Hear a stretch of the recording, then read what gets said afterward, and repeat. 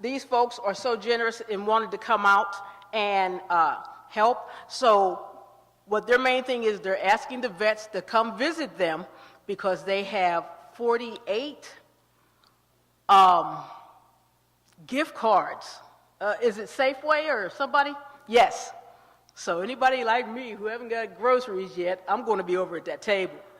Okay, so make sure that you visit them and get a gift bag with the gift cards. That'll be great for them. What I do want to say, I'm doing a quick roll call. I need to know, is Army in the house? Yay! Is Army in the house? All right, come on now. Are the jarheads in the house? All right. Is the Navy in the house? All right, okay. Are the flyboys, Air Force, in the house? Okay. All right. How about the Coast Guard? All right. Kareem. We're going to get our wonderful food from Hal Stevens, who's out here, so make sure that you've signed in and got your ticket. And he is Navy. He was gracious enough to help us support this event. So I am to talk to 11:45, but I don't have much. I don't know. I don't even have my. Yes, I do. Time. Shoot, I got 10 minutes. Did you hear the one about? No, I'm kidding. Okay. This is just an intro, and I'm just so glad to see everybody. We want to thank Oak Stop for letting us use of the hall. Oak Stop is over here with Daniel and Layla, and yeah. So we are glad to see them. And while I'm talking, just make sure to present your ticket to Hal and get your hot dogs and drink and stuff, and come on and sit down and eat and talk. We got some great things going on. We're going to hear from my super friend there, Delphine Foster. She's going to give us words of support and encouragement. We're going to start off with Clinton giving an intro, and then shout outs, in between. We just won't have people talking. We'll have people walk around. There'll be music, I'm sure, of some type in between as we look for the other presenters to come and give us the information. So feel free to mill around, talk to the people on the sides, make sure that you get the information you need as a veteran. And we are here to support you. And this is as I said, our first annual. So after this, we may do this quarterly based on the support and yes, we want to do this on a regular basis with the thought in mind of homeless vets. And I will say one thing about the bags. We have a few bags as you see over the table. The two young men that are sitting there that are hiding behind the bags, if you would stand up and say, wave, please. That's one. I don't know.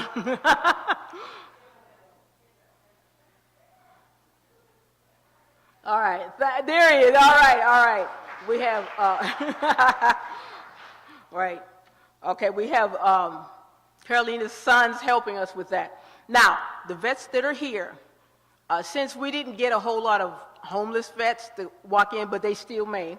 If you're a vet and you absolutely know someone who is homeless, we're going to ask, through the honor system that you take a bag and give it to who you know that can make use of it. There's a lot of hygiene articles in there, soaps, all kind of stuff. There's beanies, gloves. I think there's beanies, socks, blankets, all the stuff you'll need for the upcoming winter months, although California winter is not like New York winter, so I don't know. I mean, it could be like this in December, who knows? But the homeless are as they are, the homeless. So, but we're going to make sure that we support them. So if you are a vet and you seriously know someone, please take a bag and deliver it to them. And then just let them know how this event was, because we're going to make sure that if we can, they can come back, you know, in the next quarter as soon as possible, okay? So I think without any further ado, and because I don't have anything else to say, what we need to do now is I want to help you give me a big welcome to our main speaker today, and that is Ms. Delphine Metcalf Foster. She's the former national commander of the Disabled American Veterans, to offer words of support and just what it is to be a vet on this weekend. You know, we all know what we had to do this weekend. There's a lot of celebrations, a lot of dedications. So this event is fitting for that thing. So I'm going to ask Ms. Foster to come on up and talk to us. Delphine Metcalf Foster. Or there's steps on this side too.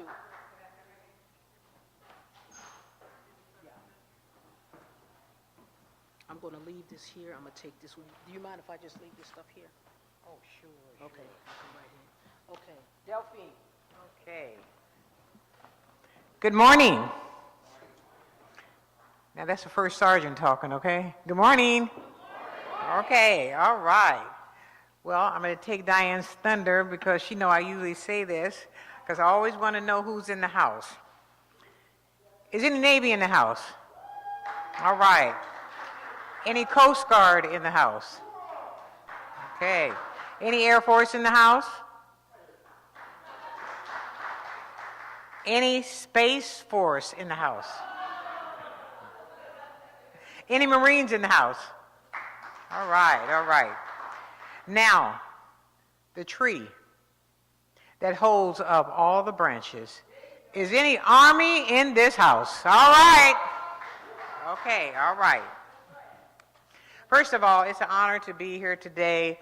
I was so thrilled when I heard Diane's program that she has started here in Oakland. I'm a Bay Area person, born and raised in Vallejo, California.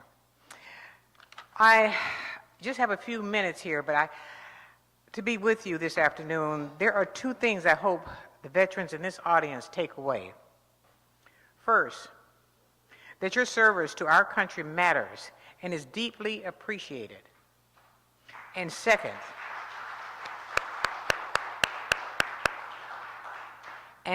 if you need any assistance in any way, there are people here ready to help you in any way they can. In fact, the DAV, the organization I represent, has people here ready to answer any questions you may have about services. Yesterday was Veterans Day, a day we were a nation to honor those who served for their service and their courage. It's a special day to me because it gives me a chance to pay tribute to my father, Joseph Robert Taylor, a Buffalo soldier with the 9th Cavalry in the Spanish-American War. After his time in the Army, he continued to advocate for veterans himself, once even leading the charge for African-American veterans' access to the Vallejo Veterans Building. His efforts reflected something he was fond of saying, help someone else. Those words and his deeds and actions, both in and out of uniform, have helped me guide my way in this life path and influenced my decision to enlist in the United States Army. The decision came when I was working as a civilian as a nurse's aide in the 70s as Letterman Army Medical Center. One day, my boss, Major White, came up to me and she says, Delphine, may I see you in my office? Well, we're talking the 70s and my afro this big. I didn't know what she really wanted. President of the Union, and I'm thinking, oh, wow, what did I say now? But I went down to her office and she said this. She says, Delphine, have you ever thought about joining the Army? And I looked at her and I says, well, you know, Major White, I did when my father was alive, but he used to show me his black and white pictures of him and a horse. But ever since I found out they did not ride a horse anymore in the Army, I put that beside me. And she said, no, you should not have done that. And I said, why? And she said, you know, we notice you in your union meetings, and you treat everybody the same, from a private to a general. And she said, there's always been a myth about women going in the military. She said when she went in the military, her family could not afford an education. So she went in for her 4 years, got her GI Bill, and got out, went to college, and became an officer and went back in.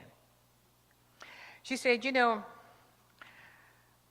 I always thought that women couldn't do anything, and most men thought the same way, because they thought most women were going to the military to find a husband, to get away from home, or to find a job. And she said, but I know your little history. She said, you have all that. And I looked at her. And she said, yeah, I know you're married. I know you have a family. And you work here for the government. She said, Delphine, you have something to bring to them. You have something to break this myth.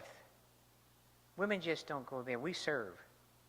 We're not there just to find a husband, to find a job. And I could just see you breaking that myth. I said, really? Well, as I said, in the 70s, and when you talk about feminists and women can't do this and women can't do that, my antennas went up, of course. So I went home, and I told my husband, who at the time was in the Navy. And I told him what she said, and he said, oh, she must be crazy. Who's going to tell you what to do? And I looked at him, and I thought about what she was saying, all these myths. And I said, wow. I said, well, it's just the United States Army Reserve. I would not be called up for any action unless there was an emergency to the country. I said, 1 week in a month, 2 weeks a year, so you don't think I can do that, huh? So he said, I just don't see you doing anything like that. And at your age, who's going to tell you what to do? Well, of course, my antennas went up a little higher. So my daughter, who was a junior in high school, says, Mom, this is really crazy. There's no way that you could go to basic training anywhere, especially the Army, and at your age. And I looked at her, and I looked at her eyes. I said, well, Linda, I said, you know, you're just a junior in high school. You're on that little hippie side now. You don't know what you want to be. And I explained to her about the Army. I explained to her about our history and asked her, I said, why don't we go together? She looked at me like I was crazy, of course. My daughter and I were the first mother and daughter team to go to Fort Jackson, South Carolina for basic training. She lasted 2 weeks and I lasted 21 years.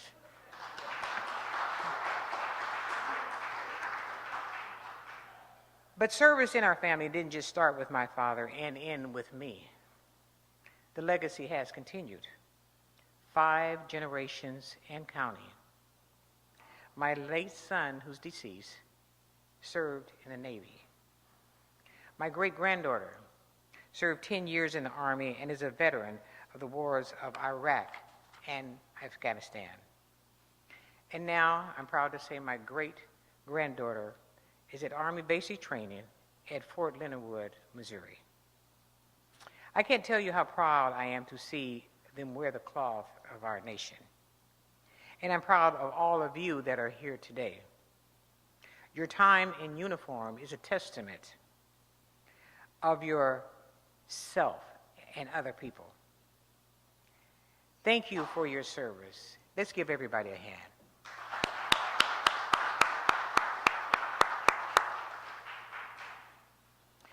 I'm here today to tell you that just because you may no longer wear the uniform doesn't mean that you're alone. For the past 30 years, I've been part of the Disabled American Veteran, an organization committed to empowering veterans, forever changing in service to lead a high-quality life with respect and dignity. This is a promise we make, and it's a promise to you, no matter what your circumstances. One of the most visible ways we fulfill this promise is through our network of benefits, advocacy, who we call service officers. These veterans are experts in navigating the bureaucracy of the VA disability claims process. They work with you individually to determine what medical benefits you are entitled to as a veteran. If you sustain an illness or an injury due to military service, they'll handle your claim from beginning till the end. Another way we help to promise of empowering you is through our employment service. DAV can help you find a job. We hire veterans. These are done both virtually and in person. Our local DAV chapters are committed to keeping the promises that you made. Right here in Oakland, there are people ready to volunteer their time to assist you in any way that they can. Whether it's getting you a VA medical appointment or helping connect with resources for housing and medical care. And another major way DAV helps through the Charitable Service Trust. Nationally, the trust has provided more than $250,000 to organizations that serves homeless veterans. One of the veterans, our trust supports is right here in the Bay Area. It's called Swords of Plowshares. It's a program committed to ending homelessness for veterans in our community. Since 1974, they've worked one-on-one with homeless veterans to figure out the best ways to meet the needs for housing, legal support, medical care, and employment. The DAV Charitable Trust provides funds to help with organizations' short-term emergency housing for homelessness and their families. So whether it's helping you to get VA benefits you earn, helping you find a job, assisting with the day-to-day need, or connecting you with another local organization, I want you to know that the DAV is committed to keeping you to fulfill the promises that we have made.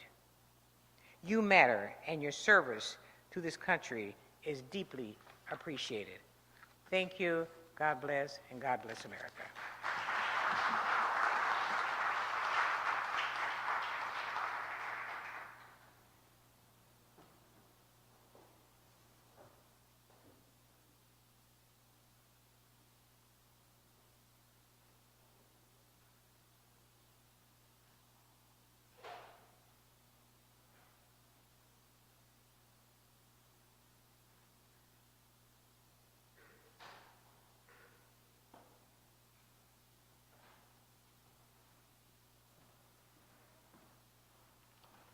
Let's all give Delphine another hand for those encouraging words of support. And I am really so glad to know her and to have known her. And she's, just so wonderful in helping me support this effort that I started as a result of being a homeless vet back in 2003. The Veterans Community Media Network is the brainchild of my trying to help vets not go through what I did. So a lot of it had to do with education, referral, and awareness of your benefits, as Delphine talked about. If you know better, you do better, okay? So for me, I didn't know anything in 2003. I didn't access my benefits literally till about 2011, if you can, fathom that. It took me those many years to realize what I was really owed or due to do better. And once I found out, things happened for me that have turned my life around for me and my daughter. I had my health stabilized, finances stabilized, the chance to go to school through the VA. And these things are very crucial to vets returning to civilian life or just trying to turn a corner. But you got to tell them, you got to show them, you got to let them know what's out there. And so the Veterans Community Media Network is trying to do things like this. Super town halls where we bring people into an area, a venue, to let them become aware of what they can sign up for. A lot of times they think that they are not eligible, A lot of them think that they are too old, but I say once a vet, always a vet. So I have a 92-year-old aunt, 94, who is now seeking veterans assistance. You know, just as to show you the range of people that need our help, okay? What we would like to do as an organization, for example, is really try to talk to people who have met with homeless vets. That's the next program we do need to work on as an organization. So, with that being said, that's just briefly my story, but it's been a journey. I went through, you know, school with the help of them. I got my AA, I've gotten my BA, all of that stuff that I don't think I would have gotten any other way. So what I've learned in school, there she is. That is my auntie. 94 years old, Irene Hunter. Oh my God. United States Navy, U.S. Navy. And her daughter, Monique Hunter Dennis. So I am so glad to see them. I wasn't sure if they would be able to make it, but it is good to see them come. And this is a personal challenge of mine because this family is so close. She's my only living aunt on both sides. On both sides. So it is a challenge. It is almost a rite of passage that I can help my auntie get her benefits. That's what I'm talking about, 94. 94 years old. So we are running the gamut of people from, you know, young to old. And what we want to do with our organization is be ready for whenever what the current administration decides that the folks from Afghanistan can come home. We want to be in place to be able to help them. Now, because even though we have the issues now, PTSD and all of that stuff, I believe that the folks in Afghanistan will have a whole new set of problems, you know, being there 2 and 3, 4 times deployed. So we want to be in some type of position to help them also. So with that, I am going to introduce our speaker, our next speaker, Clint Taxtall. He is someone I have just found out and I've known as of late. And he's on the commission with me, the Alameda Veterans Commission, part of the staff. And he heads up the VSO at Eastmont. So what I would like to do now is bring Clint Taxtall introduction to you and have him fill you with good information. Clint.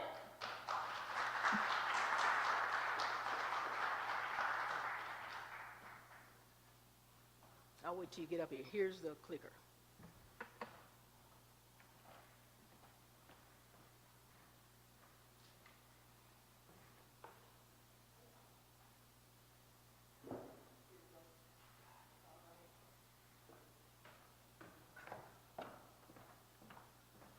All right.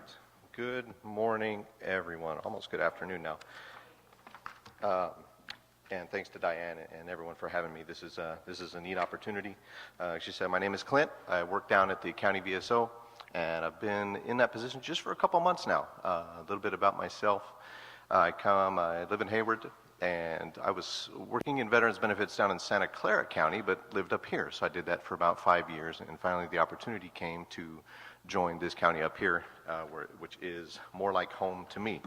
So I know veterans benefits can be a bit daunting, so we'll kind of keep this a nice blend between very government sounding and just kind of like the way I like to approach benefits is just an open discussion and just try to get all those gray areas filled and questions answered when people come to our office. So let me give you the nuts and bolts. What is the County Veterans Service Office? The CVSO is established by the County Board of Supervisors to assist veterans, family members, and dependents in obtaining benefits from federal, state, and local agencies administering programs for veterans. We are an office within Alameda County Social Services. We're not the federal VA, and we're not the state VA. The overall purpose, Alameda County Veterans Service Office provides veterans, dependents, survivors with information regarding U.S. Veterans Affairs and CalVet benefits to help file claims for benefits. So I'm going to kind of click around some slides, and like I say, we'll just kind of keep it more, it might bounce around a little bit, that's okay. So, and of course, we're having an issue with pushing the button.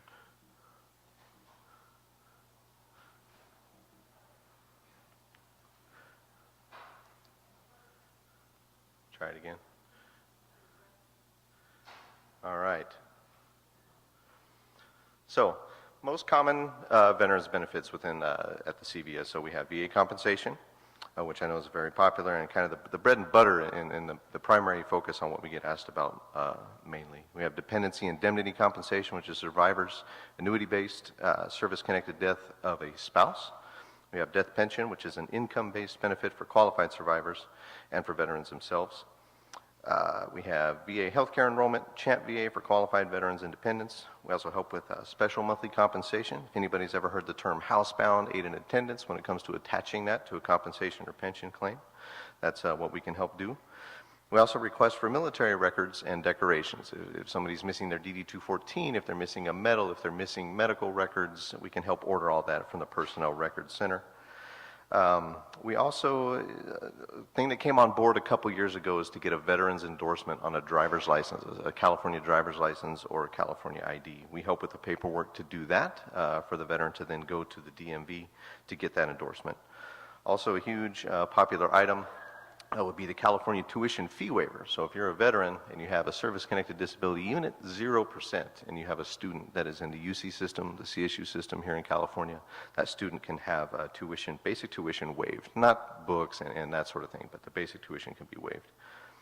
Some of the other in-between things that we can touch on and we'll dive into a little bit, we help people apply for veterans' homes applications such as Yountville, Fresno, those that people may have heard of.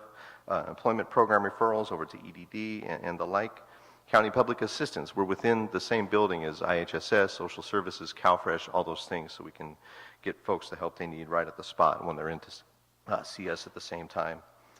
Discharge upgrades and corrections, that is a popular thing that we'll touch on in a few minutes. Vocational rehab, VA home loan, CalVet education, and life insurance. Some of those, you know, it's not a benefit that we actually send up for adjudication, you know, through the regular claims process, but we can at least get people in touch with trying to order their home loan certificate of eligibility, and then they can go off and find a lender to buy a home. So let's kind of break it down into some of these other things here. I suppose I should say a little bit about myself, military related. I felt like I think I was the only Air Force guy raised in his hand a minute ago, so. Little about me, worked on some really cool airplanes for 4 years and came home. That's about it. I also, what kind of got me involved in just a passion for veterans work is I'm one of those who kind of always wished that I re-enlisted. So kind of always just wondering the what ifs, right? I was involved as an honor guard member in Southern Nevada. So I did a whole bunch of funerals where you fold the flag, you present it to the loved one. I'm a musician, I play horn, so I would also sound taps on the bugle at some of those services as staffing would allow. So let's kind of see where we're at here. So we touched on this a little bit, compensation, pension. A little bit about compensation because I know it's the most important topic. We're the ones, you know, just like DAV, a partner and a service organization. Our accreditation is held under CalVet, so we will help you order records. We will help interview you, to talk about things that have happened in service, help build an evidence package together to see if it's service connected and try to get that up to the VA for adjudication. When it comes to compensation, there's direct, there's aggravated, there's presumptive, and there's secondary. All VA compensation benefits are governed through the Code of Federal Regulations, CFR 38, which is a very, very thick book. But the bottom line about compensation is, did it happen in service, and is it still a problem now? Let's help prove it. That's kind of what we do. So direct would be, hey, I was in service, I broke my foot, I now have arthritis, I can't bend my ankle past a certain degree. That's a direct service connection. It's documented that that break happened in service. There's aggravated. You may have heard maybe somebody was let in through MEPS. They did get into the military, but they had kind of a bad back, but not quite bad enough to get disqualified from entry, so they went in. But then due to their duties, had a pulled back or a degenerative disc disease, that sort of thing. We can help fight to say that that's aggravated, something that had existed. Presumptive, kind of very near and dear to me. My father is a Vietnam era veteran. Presumptive would be like Vietnam veterans. We've all heard of Agent Orange and the conditions that come and just the devastation that comes with Agent Orange. And thankfully, the VA is adding to that list of disabilities. So there's a current list of disabilities that if a veteran even was in Vietnam for 1 day, 1 minute, 1 second, and their DD-214 reflects that, and we can help prove that with ordering records. If they have one of those terrible diseases, such as Parkinson's, prostate cancer, lung cancer, diabetes, we can help get that. And that's called presumptive, based off of where and how they served. And then there's secondary type of compensation. The way that would work is if you have a knee replacement, you have an injury in the Army, and you have a knee replacement. And then you get out and you're living your life, and you've got that right knee, let's say it's the right knee, and you get that service connected. Well, because of your adjusted gait and the way that you walk around, now your left knee is bad. We can get that connected for you as what's called a secondary service-connected compensation item. So a little bit about pension. Compensation is not an income-based benefit. It happened in service. It's still a problem now. Let's have that fight. Let's prove it. Let's get that on the books. Pension is for wartime veterans. Prior to September 1980, there had to be 90 days of service. After that date in the 80s there, you have to have 24 months, 2 years of service. And you also have to be, had served during a wartime as declared by Congress. So a bit of a breakdown on the different war periods there. Kind of the main thing we're seeing right now is Korea and Vietnam when it comes to those pension claims. Let's see what's next. DIC, this is one that's very, I'm passionate about DIC. It stands for Dependency Indemnity Compensation. What that is, it's a benefit for a surviving spouse when the veteran passes away of something that they're service connected for. It can also be presumptive. So if one of those Vietnam veterans passes away and diabetes, Parkinson's, any of those diseases are on the death certificate, dependency indemnity compensation is a benefit for that spouse that is not income-based, and it guarantees that spouse, I believe it's about $1,500 right now, forever. 100% rule, there's another rule that if they were at least permanently and totally disabled for 10 years, no matter what the condition is, we can fight for DIC also. And it's a very heavy topic, and it's a very sad topic, and it's one of those that say in the years of doing this, you have a relationship with a veteran and you see the decline in health and due to those conditions, and then they pass, and then you see the spouse come into the office without the veteran that's normally been with her, and it's very emotional at times, and it's a good benefit to always fight for. We see this a lot now with the current wars too. Sadly, suicide. Veteran comes back from Iraq, Afghanistan, and ultimately takes their life. And I have a couple cases right now where I'm trying to fight for a young spouse in her 30s for DIC because of similar circumstances. A little bit about burial benefits. All veterans are entitled to be laid to rest in a national cemetery and entitled to a government headstone, flag.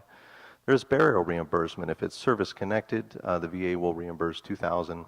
If it's non-service connected, it's a $300 burial and $828 plot allowance at this time. And then they also receive a presidential memorial certificate from the current president.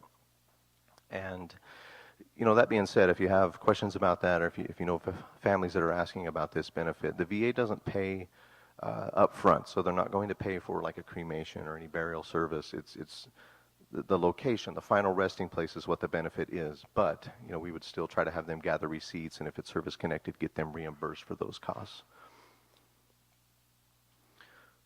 So VA healthcare, applying for veterans healthcare, there are 8 priority groups. If you're needing to be enrolled in VA healthcare for the first time, we can do that paperwork for you and get that off to the right clinic of your choice and get that process started.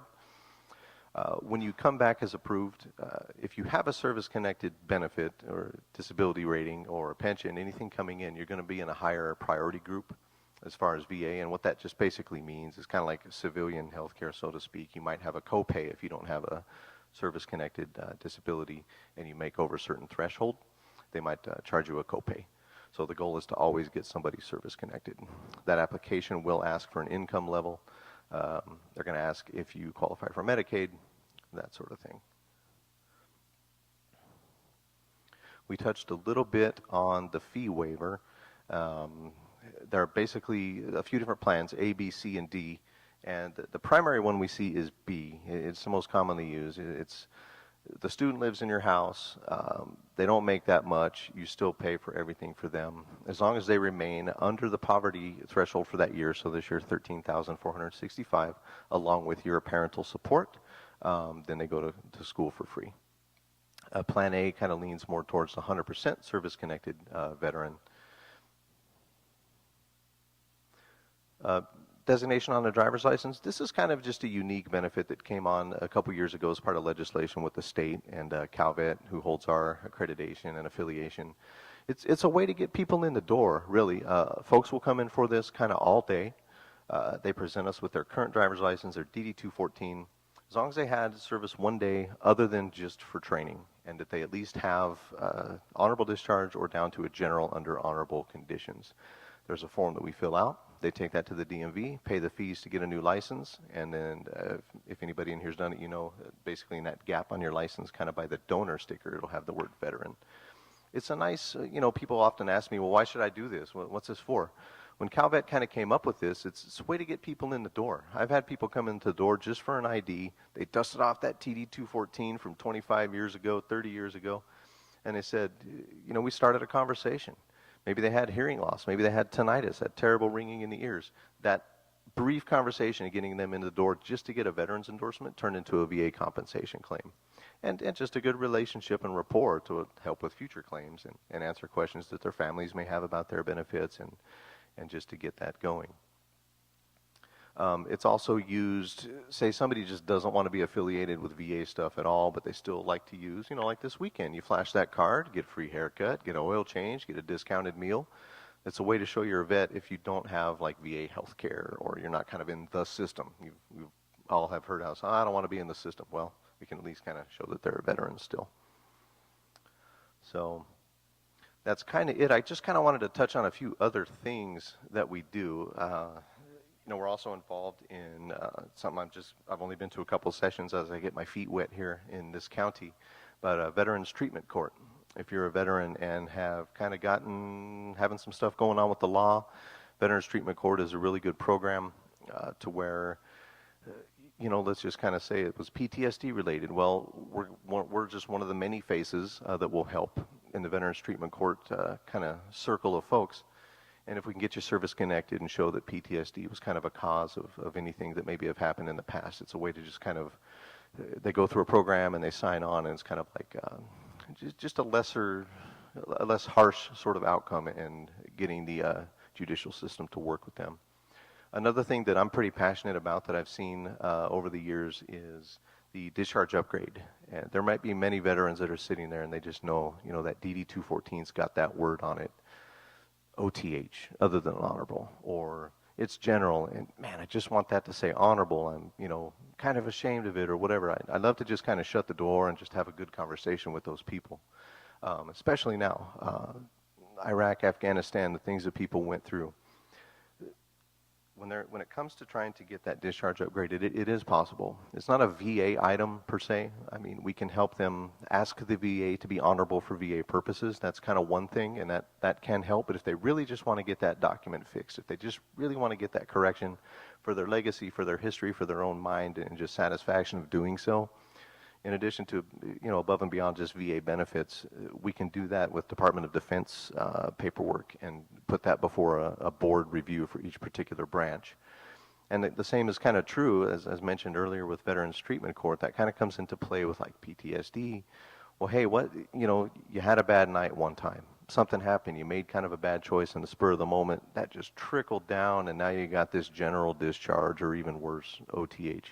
So lots of really, really neat outcomes when we can just help them go through, help them gather their counseling records. They show a history that they've never done that ever since the military, and it's nice to kind of see those corrections come back. It can be daunting, it can be lengthy, and it's not always positive, but it's another thing to always try to fight for. So that's pretty much it. Like I say, benefits can just be daunting. It can be a huge, just kind of stressful thing. I've had people come in and literally just leave because it's just before they even get seen because they get stressed out. I just say, I kind of put some thoughts together last night. It's if you've been through the ringer and you kind of had just got that negative taste in your mouth from the VA, let us try to help. Let's see what's going on. Is there an appeal window that's still open? Is there an appeal that's been denied? We can reopen claims under this new Appeals Modernization Act program that the VA is doing, and just let's just meet. Let's just try. It never ever hurts to visit your service organizations, and let us just give it a shot and see if we can't get you that benefit that you've earned. Even if you've been told no before, let's shoot for that yes. And really just kind of do a personal one-on-one approach. So I have some literature in the back and some goodie bag and some crisis line number, never forget your VA crisis line. And really just kind of spread the word and anything we can do there at the VSO. We're in a transition right now, kind of building some staff after losing some. And there's good things on the horizon and just looking forward to meeting people and helping. So that's pretty much it.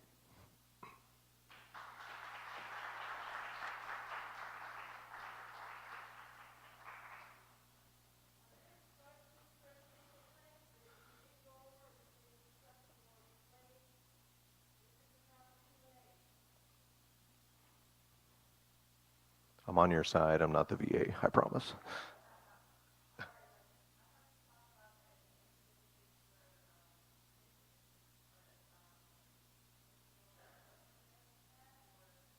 About the education benefits, more like so the CalVet fee waiver is, you've got your GI Bill and all that. We can help, fill out that paperwork and send it, all done with that. So basically, if you're the veteran and you have a service-connected disability, even if it's 0%, zero meaning they've acknowledged it, it's not denied, but like it's a scar. Maybe something happened, it's a healed scar, so they say, boom, it happened. You've got a zero, you're service-connected. Your college-age children can go to school on that program called the CalVet fee waiver.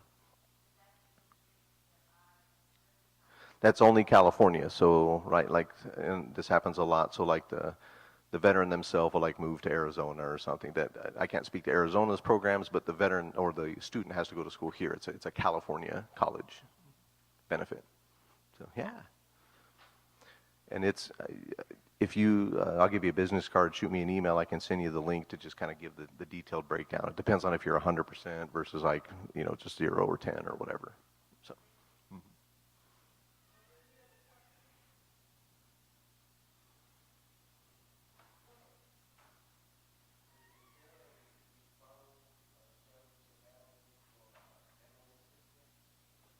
For dental.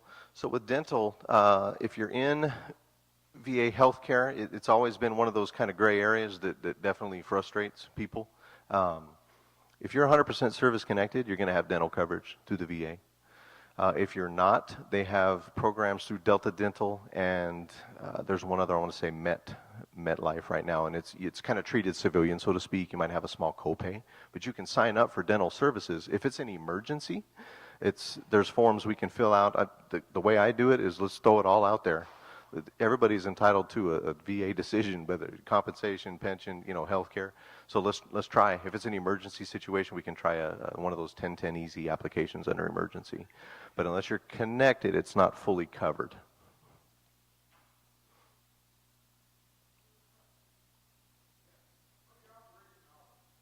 So that's one of those things. I'm trying to get us our own space. If anybody's been to Eastmont, there's that line, and you've got the gold piece of paper, and you wait 30 minutes to fill it out once, and then you wait, and then you fill it out, and then the vets.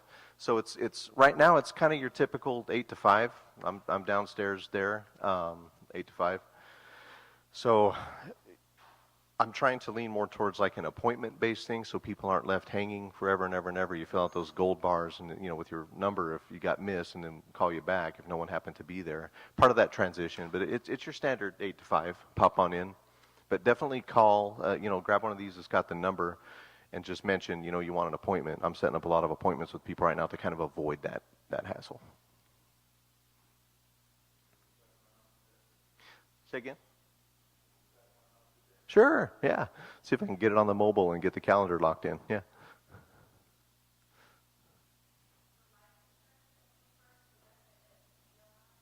Right. So people will come in and say, it's the veteran lived their life. When you sign up, you pay into that, and then once it's like $10,000 that life does its thing, and a veteran passes away. So someone will come and use the forms that we have a lump sum to claim that $10,000.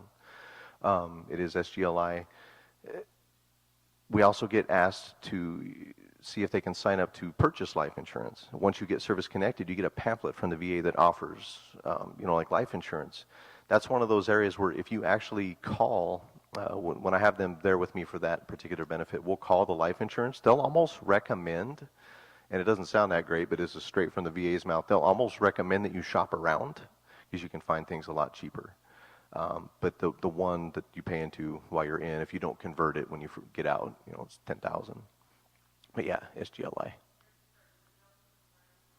I want to say it's about 180 days when you first get out, and it's not advertised. It's kind of one of those frustrating things. They're like, oh, cool, have a nice life, but you don't really hear about it. How good was your TAP class? Did they actually bring it up? And what TAP class? So yeah. There's a company, and it's disclaimer, non-VA, just that I've heard from other vets, is MBA out of Virginia, Military Benefit Association. Even if you didn't convert, I knew about it because they were the partner that used that in the conversion. But they also just sell like normal life insurance for veteran focused or USAA, similar to that.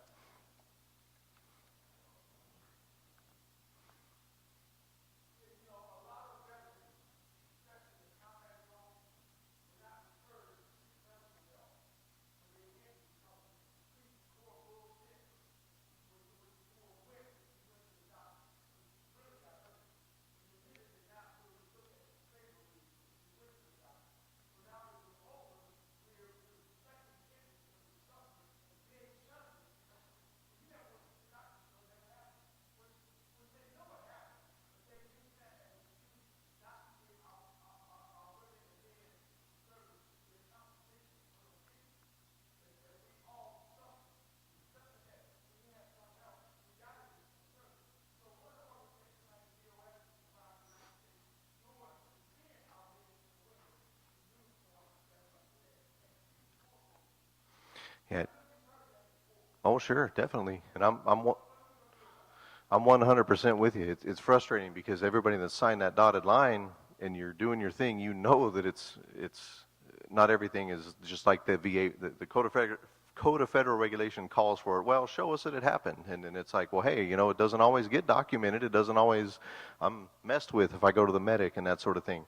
So I would just say that, the VA has a duty to follow their CFR, follow the law, do what they got to do. But everything is just case by case. Buddy statements, doctors' opinions outside of VA. And that kind of falls back to that, hey, I've been frustrated by this system. They've told me no 100 times over. I would just say, always, always, always make sure you work with the VSO or service or other service organization of your choice and put it all the way through the appeals process. Get the chance to get outside of the paperwork, right? Just paper. You can do that all day long. At the end of that appeals process, you've got a human being, a Board of Veterans Appeals judge on the other end that knows those things, that works in vets because maybe they did the same thing. So I would just say that the answer is just make sure you take it all the way, because even after the BVA, you've got the U.S. Court of Appeals. And as long as you've maintained the continuity of that claim and just fought that fight with those years of frustration and never stopped responding, you could have a good retroactive situation. You get that human touch and that judge opinion on it. So short answer, fight, and let us just keep pushing every level of that appeal together.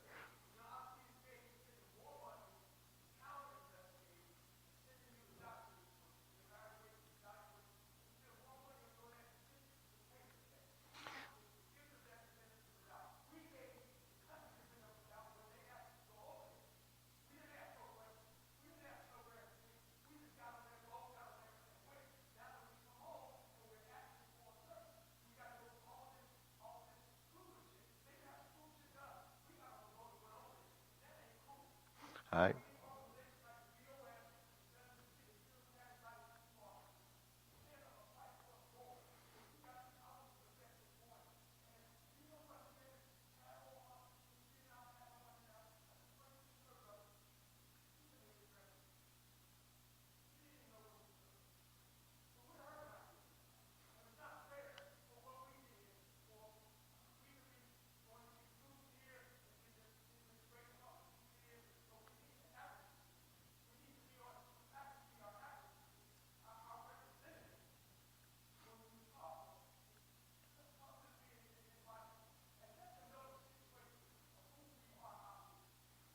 I, oh, oh no, no, and I appreciate you. I totally agree. It's we're on the same side of the fence, and it can be frustrating for sure. It kind of just goes back to that, literally in the bit of gap of time I had between veteran services work down south and then back up in this county, is when that new kind of blue water law came with the Navy, right? 2019 for the blue water to get Agent Orange accepted for that sort of thing. So kind of what that, in my mind, the more you push and the more claims that do just get pushed all the way through to the appeals process all the way up, it can eventually make a change. All that, doing appeal all the way to completion can be that advocacy, and it can be that change that ultimately calls for like congressional change. Because of people in the frustrating situation, maybe the spouse dies of bladder cancer. Well, it's not on the Agent Orange list, sorry. No, they kept pushing it, kept pushing. Finally, now it's on the Agent Orange list. So I would just say, as frustrating as it is, it just goes back to that. Just keep on, we write cover letters with all the appeals and the claims, and to just keep getting everything documented as best as possible. Those appointments they send you to, it can be frustrating. It kind of feels like the military again, right? It's just their legal thing they have to do where they contract out. That doctor hasn't met you and doesn't know you, and it can just make you feel like a number. I totally agree. But it really is just jump through the hoops and stay on top of your rep or your officer or whoever you're working with, and just say, can we do this next thing? Every time you get a letter, check in, you got to jump through that hoop and just keep on pushing. I say get everything all the way through to completion. It can just help paint that picture and advocate for it. Thank you.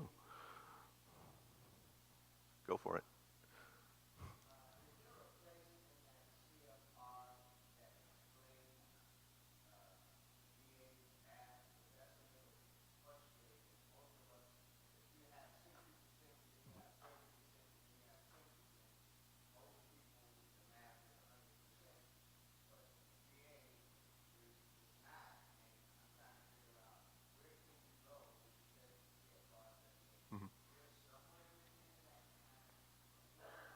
Oh, it's in there, yeah. And when I have people sitting at my desk, I actually go straight to the combined ratings table that's available online.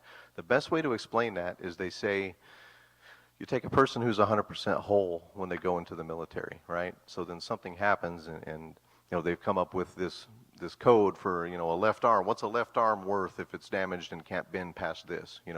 So then you take that percentage off, and as you get higher towards the 100, it's like, instead of just being a whole nother 10%, it's like half of a half.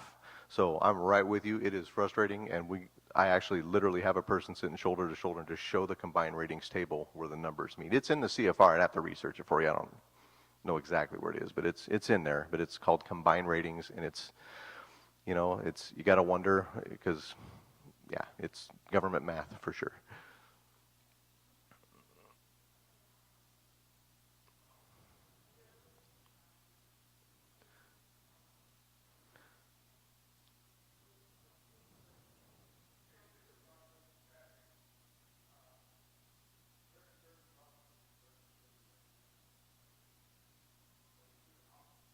So I'm technically the VSO there, yeah. But I'm a rep. That's what I do. How many do we have right now? So within the next couple months, we're supposed to be hiring. It was approved by the board. So when I got there, late August, there's myself, and then there's 2 reps who are both out of the office right now. And I don't have a return date. It kind of happened like before so I found myself alone and with the clerical. And then we do have a retired annuitant who helps, who was long time, he's a vet rep and did it for a lot of years, but he works a couple days a week. So it's really myself and him doing claims right now, and then clerical admin with their heavy behind the scenes work for college fee waivers at this time. In the future, we're told a couple months is what it's supposed to be, and I want to say there's about 3 more that will be slots that will be approved, last I heard.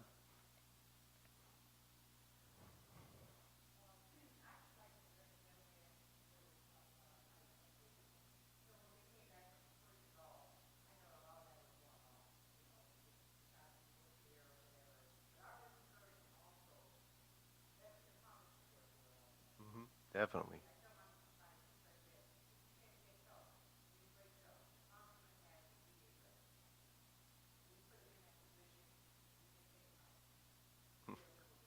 Right.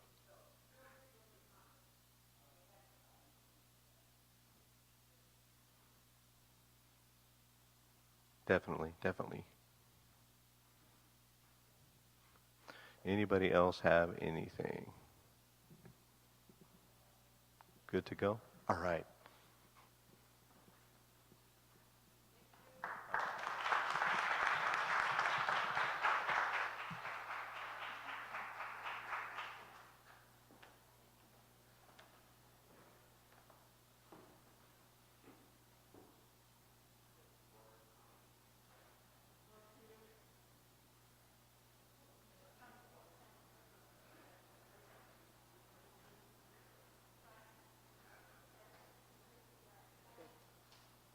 Alpha Bravo.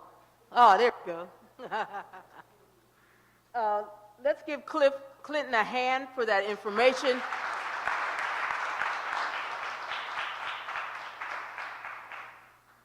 I am glad that Snick brought the microphone here, because you see me up here on them little 4 steps. So between a hip and a knee, I might be dancing up there. So I'm just glad that she brought the mic down here so I can use it. We're going to take a bit of a break in a way. We're going to do some shout outs, and we encourage the vets to, we'll walk around and stand in front of our backdrop here and talk how they feel about the event. But before we do that, Clint brought up some good information about insurance and stuff. And I know there was a couple people who were talking about insurance. And I just got a short story. Hello? Okay. Usually what happens to me, I share. Oh, I did that. Okay. Usually when things happen, I sort of share them with my vets of a testimonial. Insurance is very important. I found out the hard way about insurance. I have a daughter whose father was a veteran also. And he passed a few years ago from stage 4 pancreatic, okay?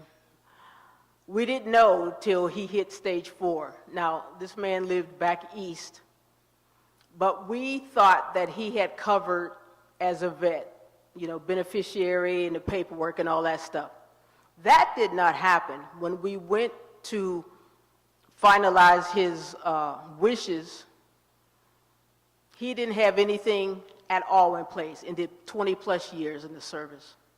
Okay, so what that told me, 1, we didn't know the extent of his illness. 2, he had not put anything together. So technically my daughter was not the beneficiary of anything. Once I found that out, and oh, and by the way, when you do that, a lot of people choose cremation because it is the least expensive way to bury anyone, you know, in a vet. But what that told me is once I found out his state of affairs, it scared me straight, which meant as soon as we got back from North Carolina, I made sure, because it is now just she and I, that I will not do that. I went and made sure that our insurances were up to par. They were commensurate with what I need in this day, because I did sign up for some VSGLI, I think it was veterans, through New York Life. Nowadays, we know that it's $10,000 and up just to bury somebody. Okay, even with what VA offers as beneficiary and burial benefits. Excuse me, benefits. It's not as much as you think. So what I did is, and I just tell this story, I made sure that we went through what I had, shored up what I had for her. We even have a program where I'm paying for a plot. I don't know. Okay, now, things are in place to make sure I am in Dixon, the Veterans Cemetery out there, and just shored up the life insurance that she will need, because once I'm gone, it's going to be only her. I would not want her to go through what we found out happened with her father. Now, that being said, we have a lot of vets who are older, obviously, grandparents, great-grands. You might even want to leave a legacy. You want to make sure that your burial wishes are taken care of. You don't, unless it's your choice, you don't always, maybe you don't want cremation, but we all know, as I said, that is the least expensive. And that's creeping up, too. So all the vets that are here, just think about what it takes to help your family, because it is them that are left behind to handle whatever you left. So that's what I had done about 4 years ago. So the thing about life insurance, see what you got. Can you shore it up? Can you make it to include, you make sure your house is paid for, make sure any bills are covered, because believe me, it's going to be enough as it is once you're passed to your family to take care of business. And I just tell that story, and I'm hoping that what I've done, in the scheme of things, it's maybe one or two things less that she has to deal with. Okay. Delphine? Yeah, I'm finished. Come on. I personally went through was my husband when he passed, the veteran. But I learned that in order to get the pension, and I'm sure our CSO, he knows this also, that if a veteran passed, and in order for me to get his benefits, on that death certificate, it had to be service-connected. I did not even know this until my husband, he had dementia and Alzheimer's, and one of the reps brought me in her office, and she says, Ms. Foster, she said, I know your husband his diagnosis is dementia and Alzheimer's, but, in order for you to receive a pension afterward, it has to be service-connected on there. So what you need to do is go to that doctor and said, put this on there because of his blood pressure and medication, and he'll work it from there. So it's all these little tidbits that is not written anywhere. But like Diane was saying, there are stories we'll tell you, journeys that we've been through with our loved ones. But like I say, make sure if something does happen, I've told my kids, grandkids, and great-grands, you make sure on that death certificate it says that, or you get 0. You will get 0. Thank you.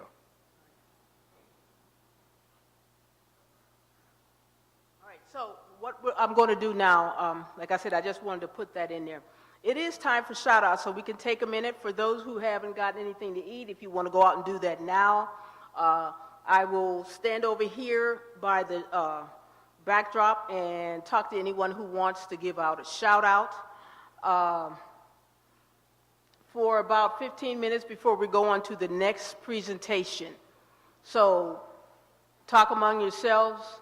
As I said, the restroom is through here and at the end of the hall. Okay. And there is one more thing.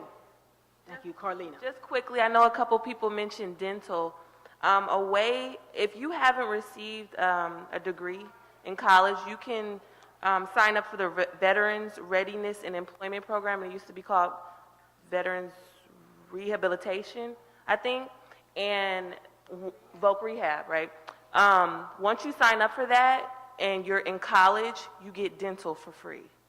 It's basic dental services, but you get to get your annual cleanings, and if you do have anything serious, you contact your worker with the Veteran Readiness and Employment Program, and they'll write up something and put you through. I've been using the program since I've been in college for like 4 years now, so just FYI, little back way alley. Just to piggyback on the dental thing, Clinton was talking about there are programs prior to becoming service connected to where you don't have to pay for as much. And that's what I went through also, a discounted program for vets to get dental coverage. And when I got it at a certain rating, I got my dental care free, through the VA. And believe me, that was a great feeling to know that, because after that, I literally went there like I had a shopping cart and coupons.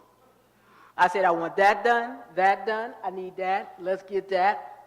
And it was the most, and it has been the most intense care that I've gotten for my teeth in a long time. I think you take your teeth and your mouth for granted, so once I found out what I can sign up for, I don't care if it's a floss stick, I get it. Okay, so I would encourage you, check out whatever level of dental care you're at. As I said, I started out with dental, discounted dental, but Carlina was talking about if you're in school, you can get it for free.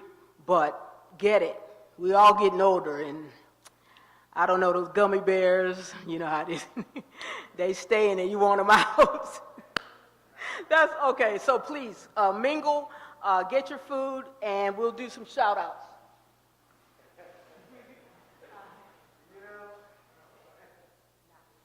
And we're also going to watch a video that for right now, and it can tell you about our organization and our support organizations, give you an idea of what we do, okay?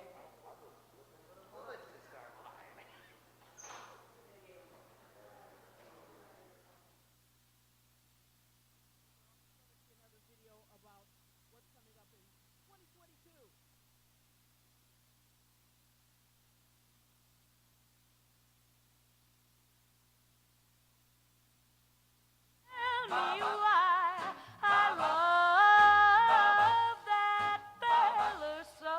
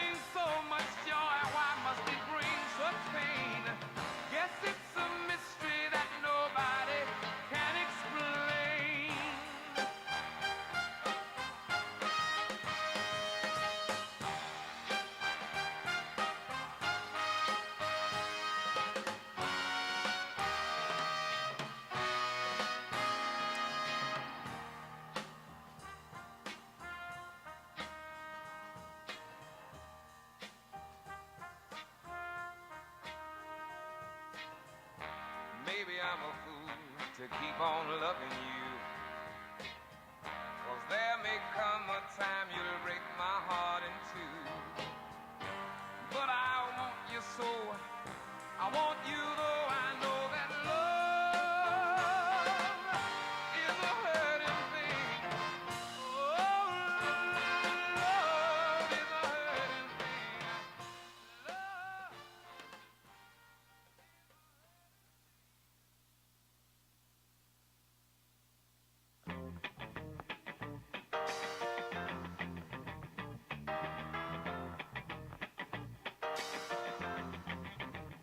It's your thing. Do what you wanna do. I can't tell you who to sock it to. It's your thing. Do what you wanna do. I can't tell you who to sock it to. If you want me to love you, maybe I'll wait. Ha, believe me, woman, it ain't no big deal. Oh, you need love now, just as bad as I do. Makes me no difference now who you give your thing to. Oh, it's your thing. Do what you wanna do. I can't tell you who to talk to. It's your thing. Do what you wanna do now. I can't tell you who to sock it to.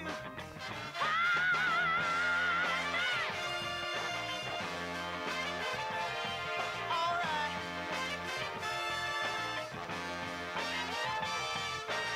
Lord have mercy.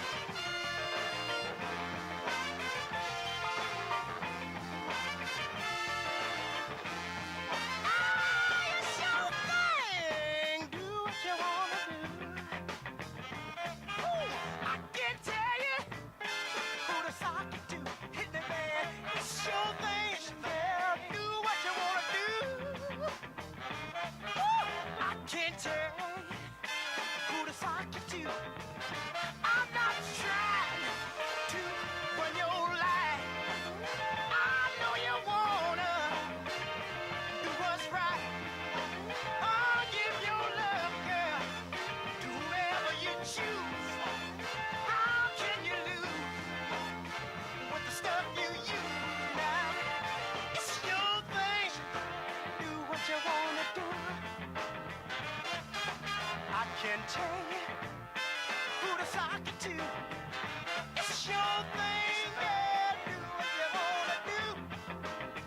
Don't let me tell you who to sock it to. Let me hear you say it's my thing. I do what I wanna do.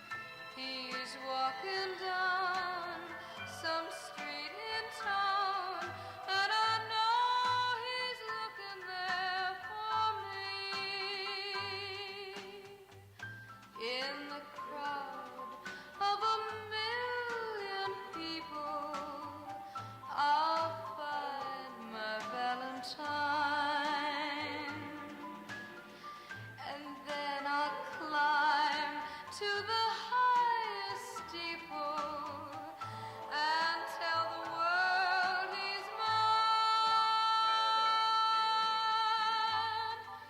till he holds me. I'll wait impatiently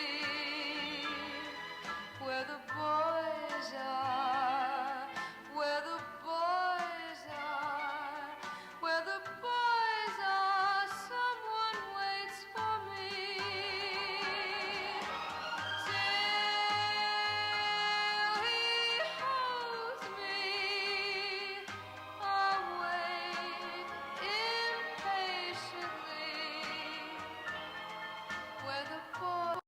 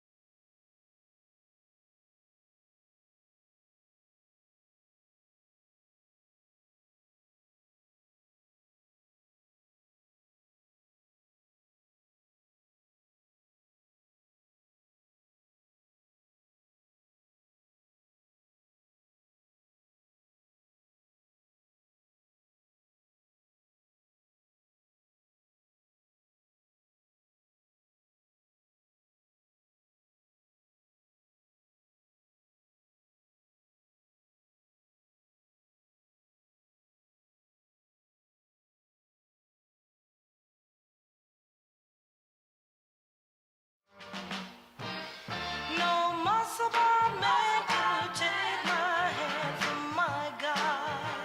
My God. No handsome face could ever take the place of my God. He may not be a movie star, but when it comes to being happy, we are. There's not a man today who could take me away from my God. What you say? There's not a man today who could take me away from my God. Tell me more. There's not a man today.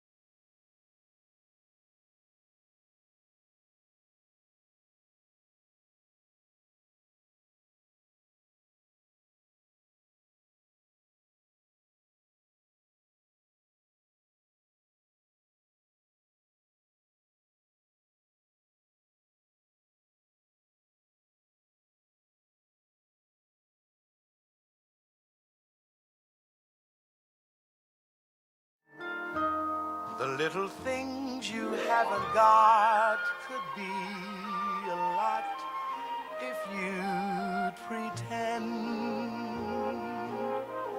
You'll find a love you can share, one you can call all your own. Just close your eyes, she'll be there. You'll never be alone. And if you sing this melody, you'll be pretending just like me.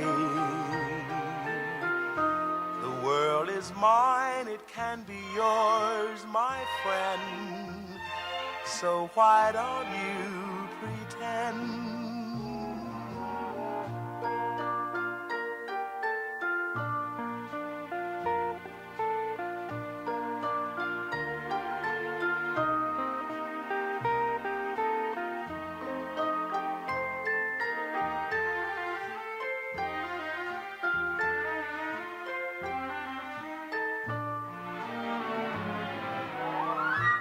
If you sing this melody, you'll be pretending just like me. The world is mine, it can be yours, my friend.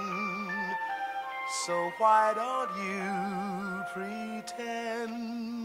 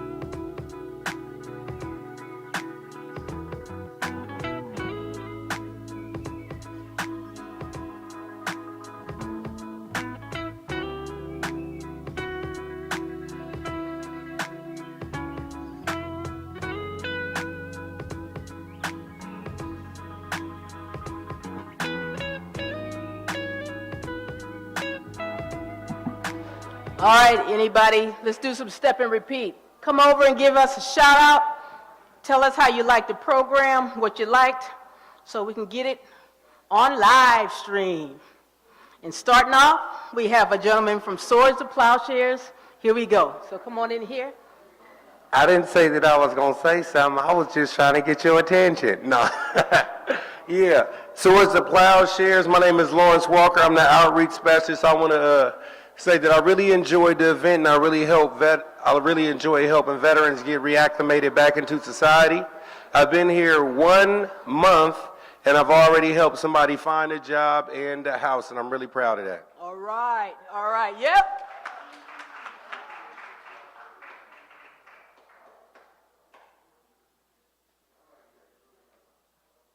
We'll have more people come by in a minute. I have to see someone.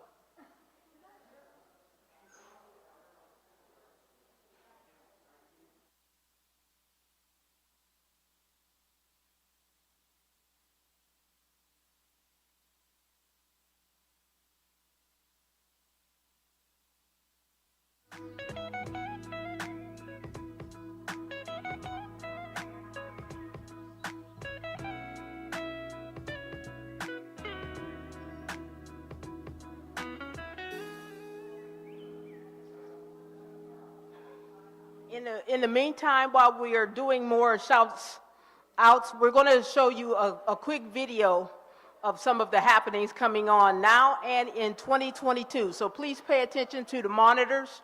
This is our videos.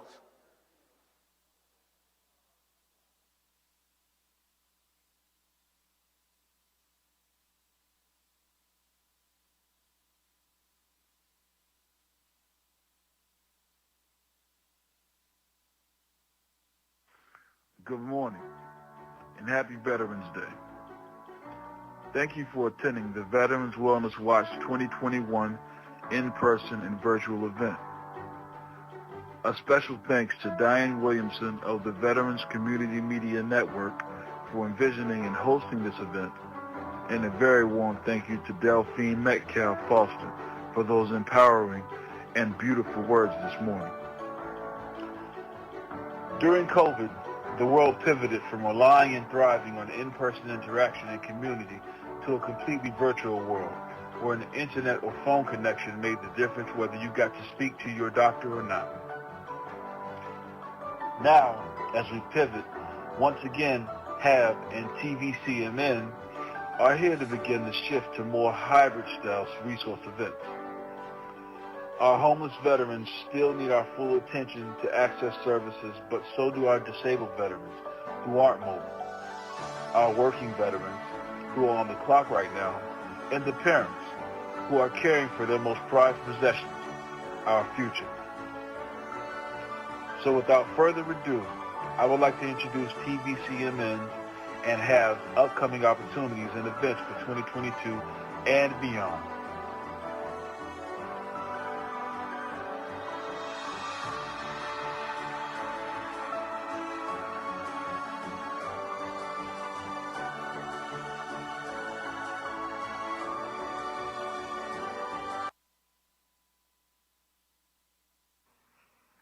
Hi, this is Dolores Williamson. My sister Diane Williamson runs the Veterans Community Media Network. The Veterans Community Media Network is an outlet for all veterans, no matter what branch of service, for assistance with housing, law referrals, or just someone to talk to. My sister Diane Williamson is a veteran as well, and she puts her heart and soul in helping other veterans. Thank you.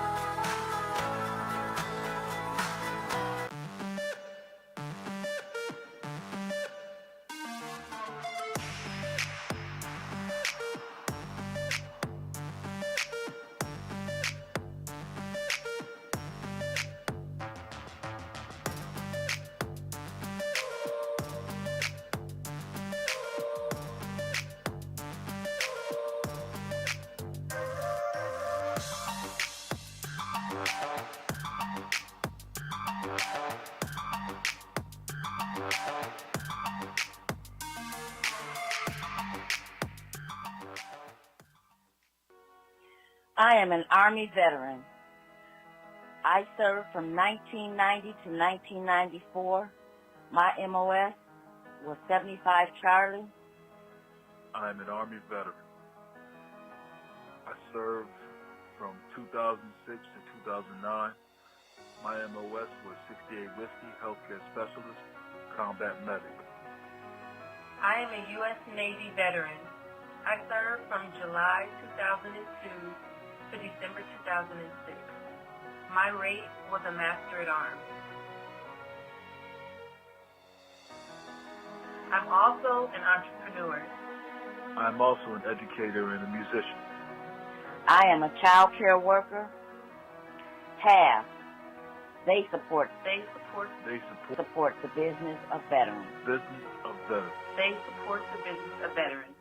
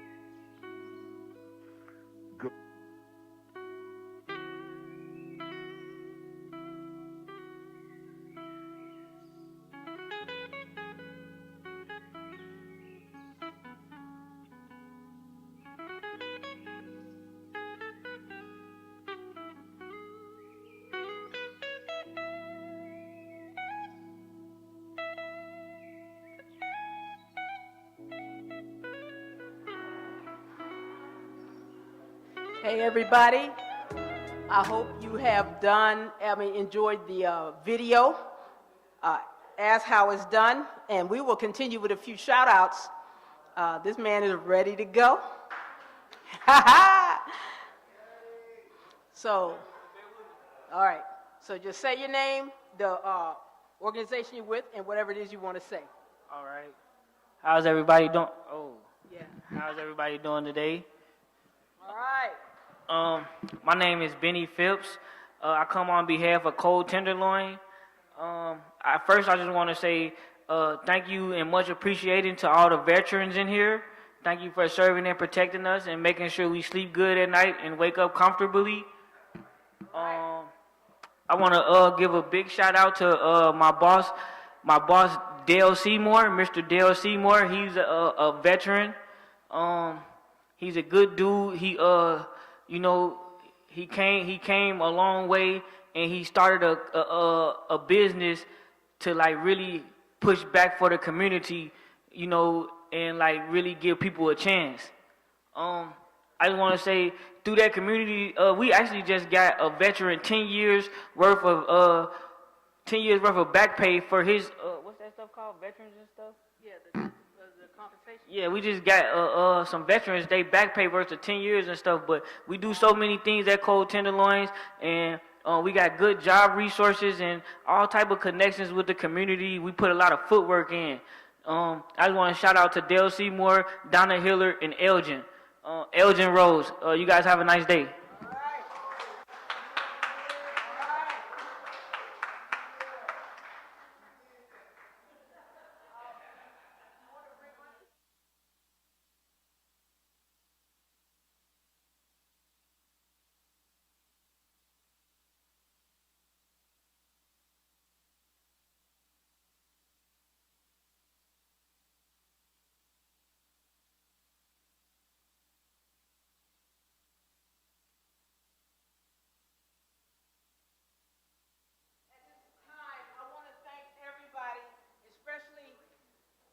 Especially Hal Stevens, who has given us these delicious hot dogs.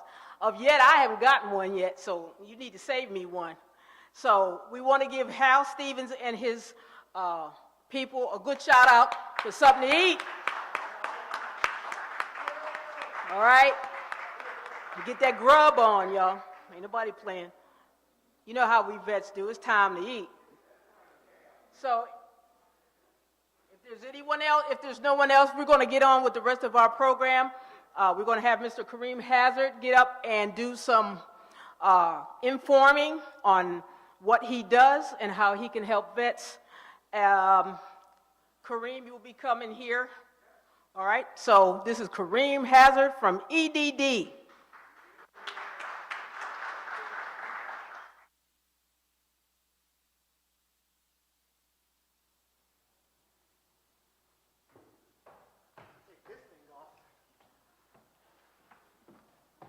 Good afternoon, everyone. How's everybody doing? Good? I guess you guys, come on, how is everybody doing? You woke up this morning, you're breathing, and you're here. Okay. Let me, yeah, it's working. Before I start my presentation, I want to acknowledge that during COVID, we are going through a lot. A lot of people are unpacked, coming undone, and it's because we're living in a different time. But just realize that with a different time, we need to do something different. This is my contact information. I would say write it down, but you don't need to write it down. You Google Kareem Hazard, and you'll find me. I'm not hard to find, and I'm not hiding. A little bit about me. I'm a retired veteran with the U.S. Coast Guard, served 22 years. I currently work for the state, EDD, as a Disabled Veterans Outreach Program Specialist. And basically what that means is that I help veterans find jobs. I'm not talking about jobs that pay below minimum wage. I'm not talking about jobs so I can reach my quota. I'm not talking about jobs just to say, oh, I got somebody a job. I help veterans find jobs that they're passionate about, and that's something that they don't have a case of the Mondays, and that they don't look forward to Fridays. Because in this economy, especially this economy, with COVID hitting, and the telecommuting and teleworking benefit job opportunities that are out there, you can find something that will pay you above a living wage. Okay, so a Disabled Veterans Outreach Program Specialist, short and skinny, I help veterans with resumes, I help them with interview prep, I help them find employers that want to help, that want to hire my veterans. And I take ownership for all veterans as being my veterans. I think when you look at it like that, and that we're all connected, you're going to do your best to help the veterans. And I want to shout out to the Veterans Community Media Network for putting on this event, you know, because usually when events happen, there's somewhere where people can't get access to them. It's great that we can have something right here in Oakland that veterans can come to and get help and services. So back to my job description. A Disabled Veterans Outreach Program Specialist helps veterans find jobs if you qualify. There we go. If you qualify, and we'll go over the eligibility later on. You know, first I got to tell you what we can do for you, and then I got to give you the price. A local veterans employment representative, we work hand in hand with them. They basically are on the back end. They work directly with employers, and the employers might have a position or something, say an accountant. They have a position for an accountant open. I might have an accountant in my veteran caseload, and I will refer that accountant to the leaver, who would then either get them a direct hire or an interview. These are the services that we offer. Priority of services for jobs and training, 24 priority hold on all job listings just for veterans. So we use CalJobs to upload veterans' resume. And if on CalJobs, if a job comes open for 24 hours, it will not be posted on CalJobs for everyone else. It will just be posted just for veterans. CalJobs is like LinkedIn, but it's more sticky.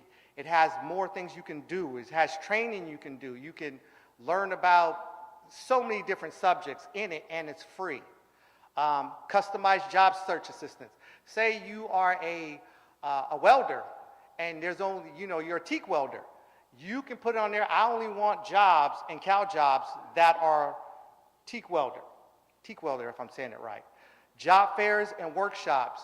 We have events like this, job fairs like this also. We also do workshops. Our workshops are on the first and third Thursday of the month. I will get my contact. I think the link should be on there. If it's not, I can get it out. Just Google Kareem Hazard. I'm on LinkedIn. I'm not hard to find. I just need to get in front of veterans. I need to get you in front of me so that I can help you if you need help. But our workshops are very expansive. We have a workshop on building a LinkedIn profile. We've had workshops for people who are reentry friendly, employers that are reentry friendly. And also sometimes we might have a job recruitment where the employer will come out and say, hey, I got a bunch of positions I want to fill, like Amazon does this, and a couple other companies off the top of my head that do that. And you can get hired right there on the spot. This is not a job fair where you show up and it's just some person who's low on the totem pole who had to attend. These are employer recruitments where the hiring manager is there and they can look at your resume and say, hey, we're going to hire you on the spot. You heard me mention Cal Jobs, but this I do want you to write down. It's www.caljobs.ca.gov. It's free. First of all, it's free, and it works like LinkedIn to where if you upload your resume onto Cal Jobs, it will have an email in the morning for you say, hey, these jobs you qualify, and they give you a percentage based on your resume. So the Cal Jobs system looks at your resume and say, okay, this is everything that you can do, and then it will match you up with jobs that you would be qualified for. And it gives you a percentage, like 75%, 80%, 90%, sometimes even 100. And like I said before, the services we do, we help you apply for jobs, resume, job searches, and we do have education. If you are going through the Veterans Reemployment Program, you'll be assigned to a DVOP, and we will help you in your transition to get employment. And also, Cal Jobs is an app, so download it. Every 6 months, you should be updating your resume. Resumes do get stale. When you change your batteries on your fire detector, fire alarm, go to the dentist, look at your resume, update it, and keep it updated. And it's very important also that if you want to be successful, or you want to be, if you want to win in this type of market, which we're moving away from location irrelevancy, meaning you could collect a California wage for a job and live somewhere in Texas where the cost of living is very less than what we pay here in the Bay Area. Now with the cost. Here comes the price. It's not going to cost you anything out your pocket, but to be eligible for DVOP employment services, you have to be a spouse of a veteran who died of a service-connected disability, missing in action, captured in line of duty by a hostile force, detained or interned, total disability resulting from a service-connected disability, transitioning members of the armed forces. That means if you're just getting out, say you went through a TAP class, you're going through a TAP class, or you're about to go through a TAP class, you would also qualify. Members wounded, ill, or injured, and spouses, family, caregivers of wounded, ill, or injured members. Now, if you don't qualify, we can still find you help. Now, that's some of the things that we do at EDD, Workforce Services Branch, but if you have other things, say you have a pantry issue to where you don't have food, if you're having a housing issue to where you don't have a place to stay, we can refer you to our partners who can help you. And I've met a bunch of partners here that I'm waiting to connect with because I got more resources to help my veterans. There are resources out here for you veterans. The best thing you can do, give a veteran my name, give them my number.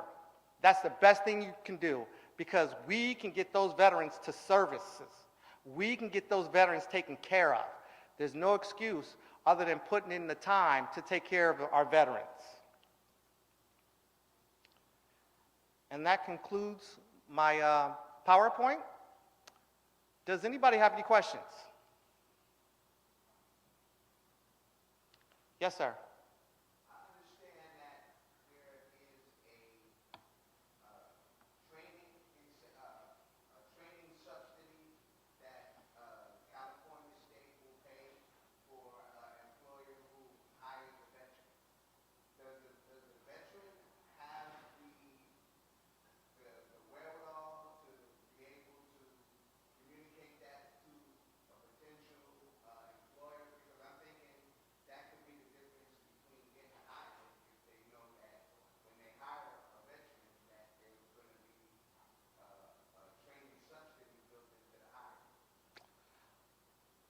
I'm going to take a stab at this. I think you're getting two programs mixed up. The California training benefits, which if you are on UI,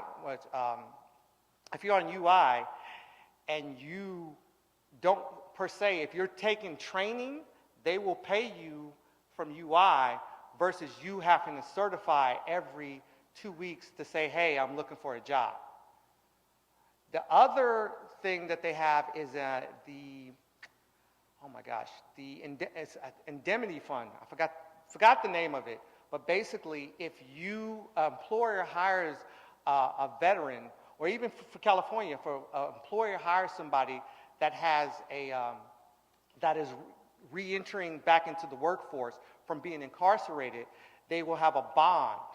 It's a bond. I forgot the name off the top of my head because it applies to civilians and veterans. It applies to anybody in California, where they will give a bond to ensure a surety bond that they will give to the employer, and that works out as a tax break for the employer. Does that answer your question?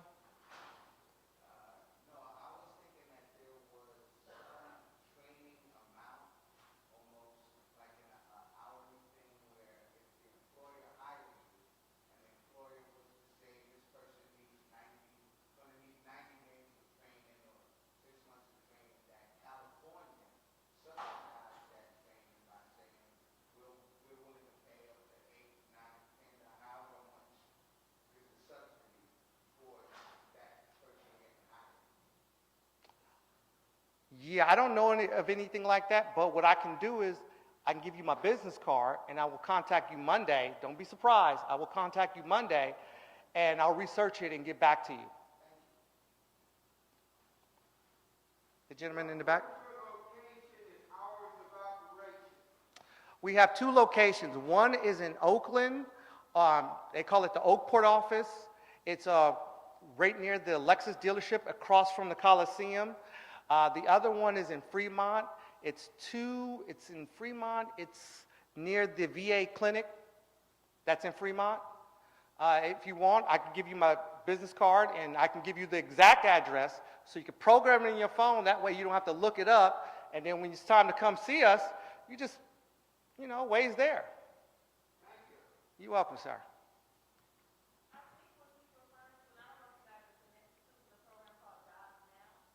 Jobs Now? Yeah, I'm not familiar with that. I would have to look that up. That might not be something that EDD works, but we have many partnerships, and sometimes they put our names on flyers all together, so people think they're dealing with EDD, and they're not really they're dealing with a nonprofit or a for-profit organization.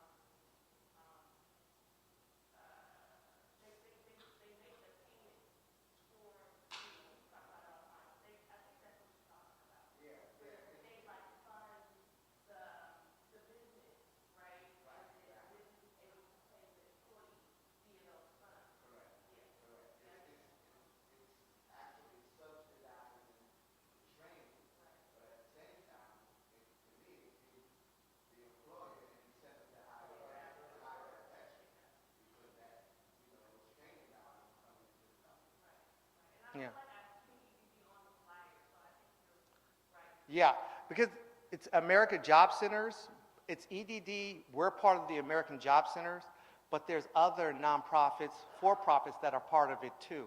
So then people get it mixed up. You know, I was working with EDD for 6 months and I was like, wait a minute, what's this? You know, I'm totally confused because it's not broken down because everything's together. Even when you go to the EDD website, if you look at, say, American Job Center, if you put it in there, it will give you offices that are not EDD offices. They're offices of our partnerships. Oh, they're offices with the companies that we have partnerships with. Yeah, it's vast. It's so much information in EDD, and it's so much information, like I said, in CalJobs. I would definitely, if you're looking to get back in the workforce, definitely get a CalJobs. It is worth the time and the questions that you have to fill out. And if you also are collecting UI or you're using UI benefits, it's just faster because it shows that you are looking for something and that you are trying to move forward. Do I have any questions? Yes.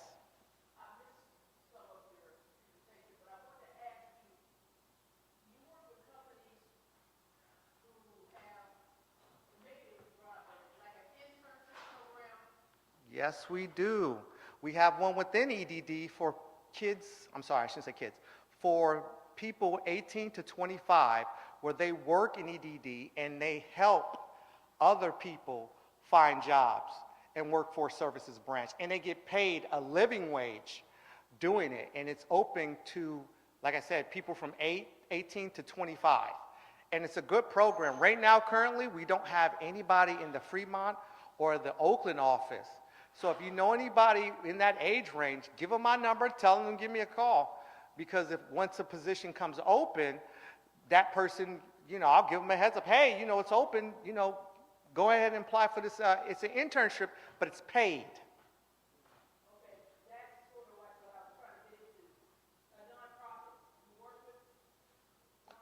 Yes, we do.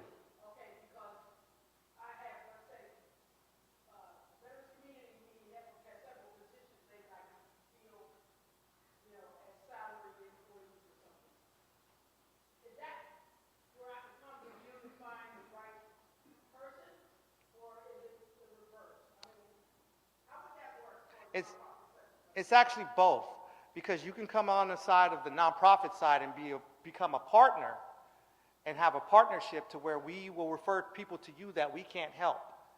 And then the other part is you can come and work with the local veterans employment rep and say, hey, I'm looking for these positions. Do you have anybody that can fill these positions? And that the LVR would turn around and look in their caseload within the state or within the area, depending on where you want to pick your people from, and be able to match up somebody if they match up. And that's why it's so important that you have an updated resume on CalJobs. And also on LinkedIn. LinkedIn, I mentioned that earlier. LinkedIn is very important.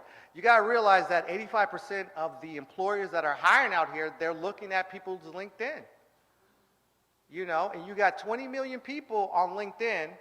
I think it's 700 million worldwide, 30 million companies. You want to be in that. You want to be in that realm.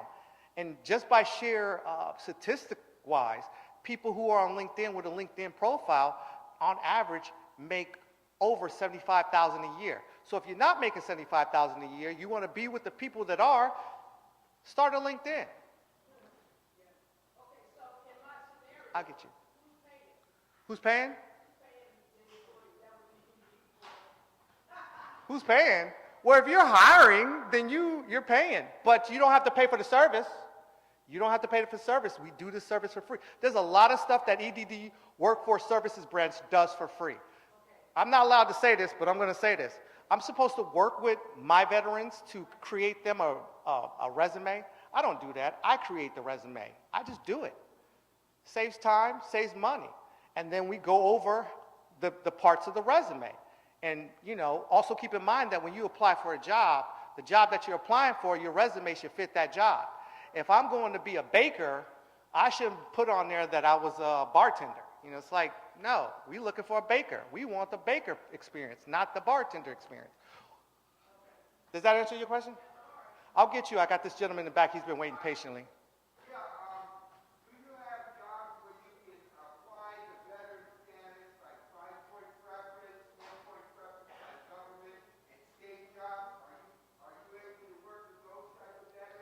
We have the DVOP and the lever, the positions, those positions have to go to veterans. They have to go to veterans. They cannot, and the thing is, when I applied for this job, I didn't lose my preference. So if I apply for another state job, I'm going to get that 10-point preference for being a veteran. But the thing, here's the kicker. Once you use it, you lose it. So make sure that, you know, it's a position that it's really hard to get so you can bump up. But if it's not a hard position to get, I wouldn't use my veteran's preference. And the thing about the state is, the state, people get hired by the state and they move around. You might not get the job that you want with the state, but it's easier within the state to get the job you probably want. It's the same thing with the VA. You just got to get in. Once you get in, then you can move around. I've seen people come from work at DMV for 6 months, come work with EDD for a year, and go work for Caltrans or somebody else. You know, so that, to me, if I look on the resume and I see somebody moving that much, it might be a flag. But within the state, everybody knows that's how it happens. So you just need to get in. And if you want to get in, come see me. I'm retired too. Welcome aboard. I got that blue card.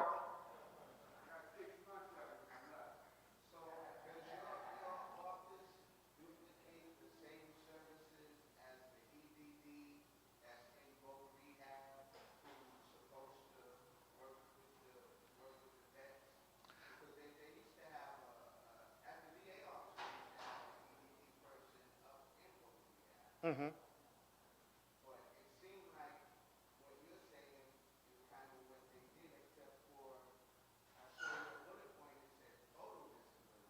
Mm-hmm.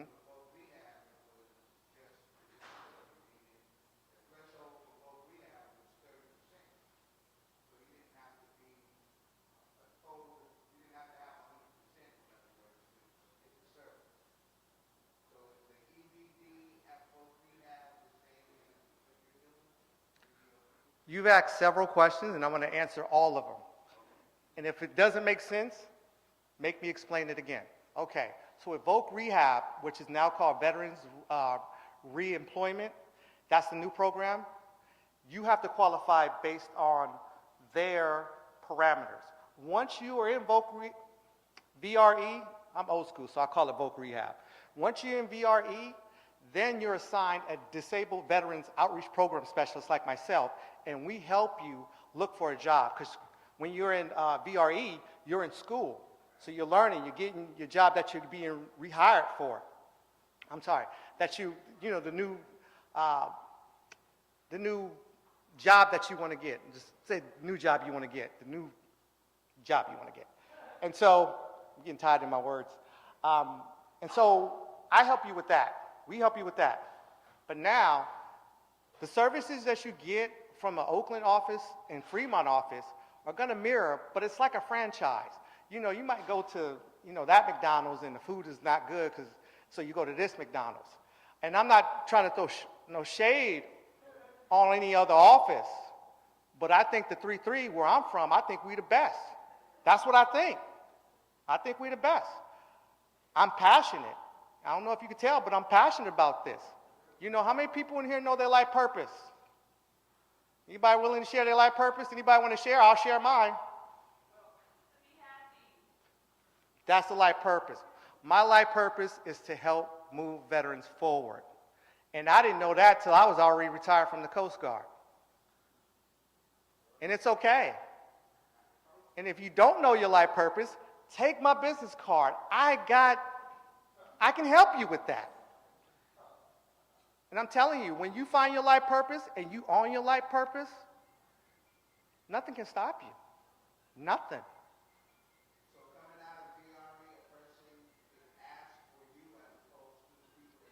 Yes, if you VRA, come grab my card. I'll call your counselor. I'll advocate. I'll sell what I can do for you. It just ain't gonna cost you nothing but time. One more. What's your success rate, Coach King? What you say? What's your success rate, Coach King? Give me a number.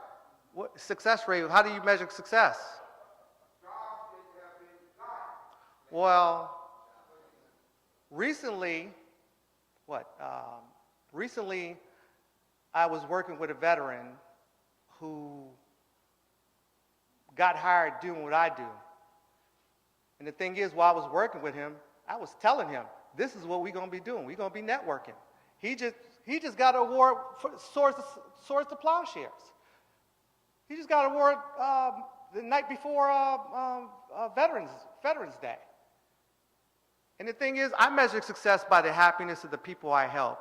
I'm not a number cruncher. I'm not here to just get, like I said, I'm not here to get you a job that's going to be something that you can just pay rent and not go out. I want you to be happy in what you do, and I'm going to help you search for it. But the thing is, you just got to be with me on it. You got to give me a call. A closed mouth don't get fed.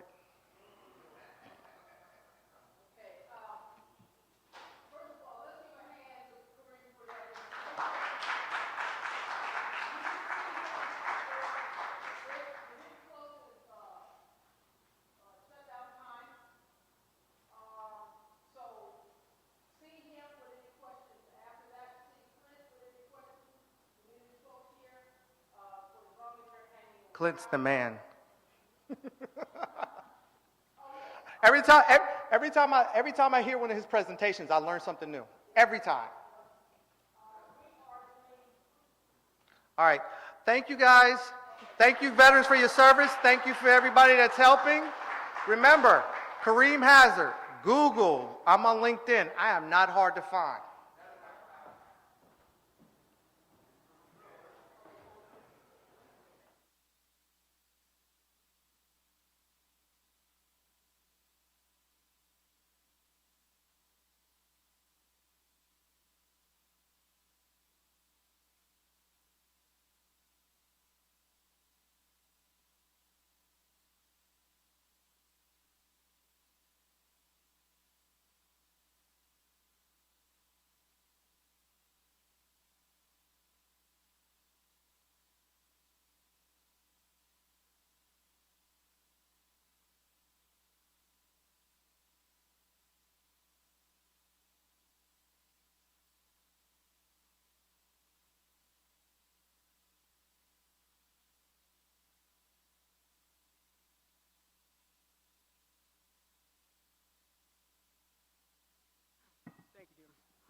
I thought, no, okay. Here are some of the people that has helped us along the way, the Veterans Community Media Network, get started and gain traction. So we just want to give a huge thanks to our sponsors and supporters, Hal, who fed us, the different agencies who filled us with information, Have, Snick, who ran the AV, yes, who helped us do our first live installment. And as I said, this will not be the last. We will do this on a regular type basis. So I want to have everybody just make sure you look at that. If you feel like you want to donate, you could see the lady up front, Pastor Banks.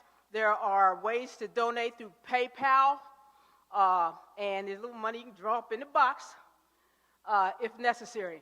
And there is one thing. The Rotary Club of Oakland blessed us last year with a grant to purchase a Mac computer so we can do videos.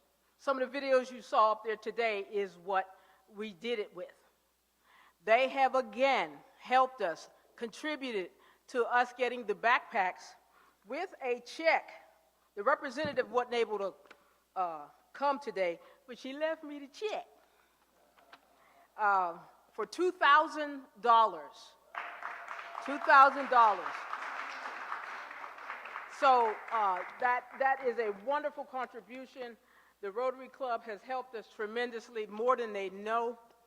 And I just wanted to make sure, because they're going to get some of this video footage for them so they can see, because they will put it on their Facebook page too. But I thank everybody who contributed in every way, small and large, staff, volunteers, attendees, everybody. I want to thank you so much for coming. Let's see, this is November. We probably won't have another one of these until probably the first of the year, after we all recuperate. And, but like I said, believe me, this is not the last one. This will be the one of many. So for those who have not used their tickets or whatever, get you some more hot dogs. And donate if you can. You can go online or you can do it right there. We have one board member with me. Her name is Pastor Banks. If she is on the other side of that board, she helped you sign in, but I just wanted to, there she is. Yeah. She helped us get together this meeting. All our reps, I thank y'all. Clint, man, you're doing it, man. Kareem, you're doing it. Okay, gravity works. So I just want to thank everybody. If there's anybody who want to do one last shout out, I'll be over here for like 2 minutes. But please, thank you, everybody. Help me spread the word on this next one. You know, and don't hesitate. Don't wait till this next one. You have seen people here who can help you. Call them. Make that appointment. See Clinton. See Kareem. See Dell. All of them. Get your stuff started, especially for 2022. I don't know what's going to happen, but you need to be prepared. And that's what I'm going to do as a vet. So thank you all. Let's give each other another hand. All right. Yep. All right. Thank you. Thank you. Okay. I'm going to the back.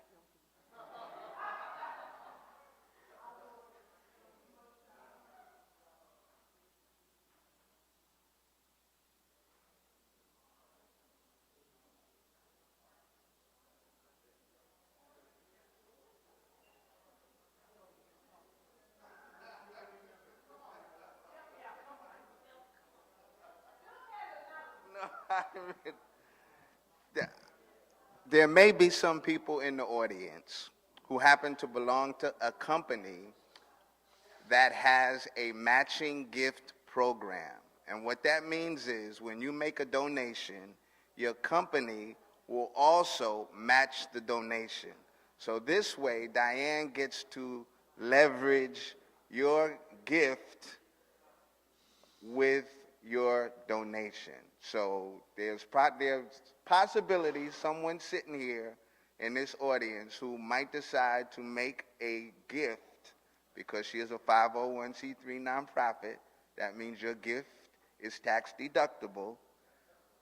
You will be able to, so if you give $10 and your company gives $10, she ends up with a $20 gift. So I just wanted to tell her to make sure not to leave no money on the table. Please, we got somewhere for it. Okay, thank you, Phil. Thank you. So that's a good announcement there. And also, as another shameless plug, if you go to Amazon, and you go to Amazon Smile, our organization, the Veterans Community Media Network, is on the drop down. So whatever you buy, Amazon will give us money. We won't be taking money out of your order. Believe me, Jeff Bezos got enough money to break me off. So if you just use the drop down, just click on it and make sure that the Veterans Community Media Network gets a little bit of that. And let's see, I think that's it. Thank you, everybody. Thank you. Oh, I'm sorry. I did not thank the Berith folks. Where are you? Andrea? Okay.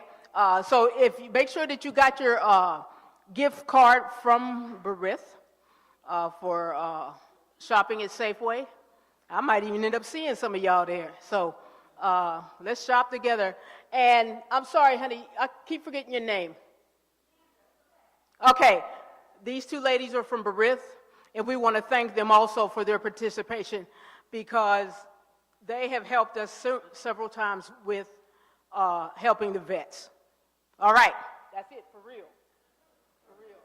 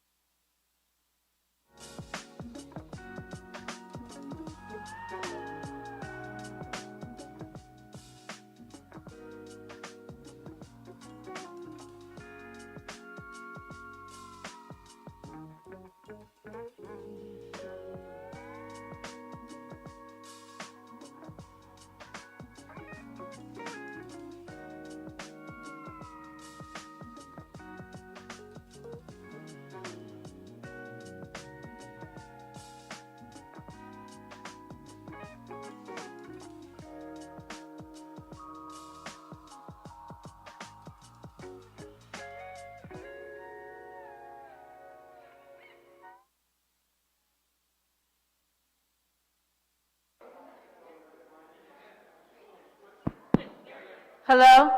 Oh. Hi, everybody. My name's Mariana. I know that we're wrapping up right now. But I want to thank you all again for coming. Thank you to all the vets that are coming. Thank you, Diane, for hiring Have to help organize this event. Yeah, thank you so much. And if you are interested in doing a veterans-focused event, please look us up, haveapp.org. So we do event planning. So yes, thank you.